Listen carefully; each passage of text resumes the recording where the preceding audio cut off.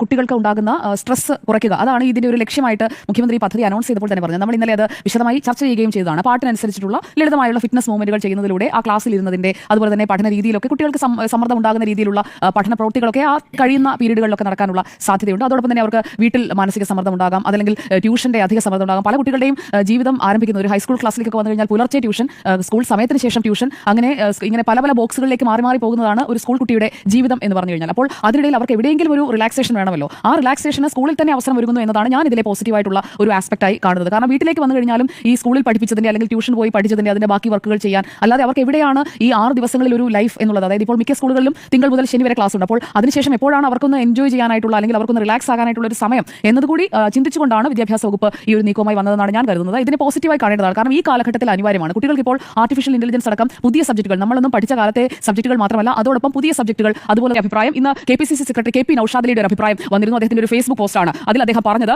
Beverages corporation സർക്കാരിന്റേതാണെന്ന് വെച്ച് നാളെ മുതൽ എല്ലാവരും മദ്യപിച്ചു കൊള്ളണമെന്ന് ഉത്തരവിടുന്നത് പോലെയാണത്രേ ഈ സൂംബ. അദ്ദേഹത്തിന്റെയൊക്കെ ഒരു ഗ്രഹണശക്തി എവിടെയാണ് നിൽക്കുന്നത്? അദ്ദേഹമൊക്കെ KPCCയുടെ സെക്രട്ടറിയാണ്, ഒരു ഔദ്യോഗിക പദവിയിലിരിക്കുന്ന ആളാണ്. അപ്പോൾ അങ്ങനെയുള്ള ആളുകളെ തിരിച്ചറിയണം കേരളം എന്നതുകൂടി ഞാൻ പറയുകയാണ്. പ്രബുദ്ധ കേരളത്തിന് മേൽ അങ്ങനെയുള്ള ഫത്വകളൊന്നും എന്തായാലും ഇപ്പോൾ പിണറായി സർക്കാരാണ് ഭരിക്കുന്നത്. ഈ കാലത്ത് നടക്കില്ല എന്നത് മനസ്സിലാക്കി കൊടുക്കാൻ മുഖ്യമന്ത്രി പിണറായി വിജയനുള്ള ഏറ്റവും നല്ല അവസരമാണിത്. ഒരു തരത്തിലുമുള്ള മതത്തിന്റെ, അതിപ്പോൾ ഏത് മതത്തിന്റെ ആയാലും അങ്ങനെയുള്ള കടന്ന് കയറ്റം അത് പാഠ്യപദ്ധതിയിലേക്ക്, വിദ്യാർത്ഥികളിലേക്ക്, അടുത്ത തലമുറയിലേക്ക് വരാൻ പാടില്ല. അടിച്ചേൽപ്പിക്കൽ അല്ല ഇത് സർക്കാർ കൊണ്ടുവന്നിരിക്കുന്ന ഒരു മാറ്റമാണ്. ആ മാറ്റത്തിനൊപ്പം നിൽക്കുക എന്നതാണ് ബുദ്ധിയുള്ള, തലച്ചോറുള്ള ആളുകൾ ചെയ്യേണ്ടത്.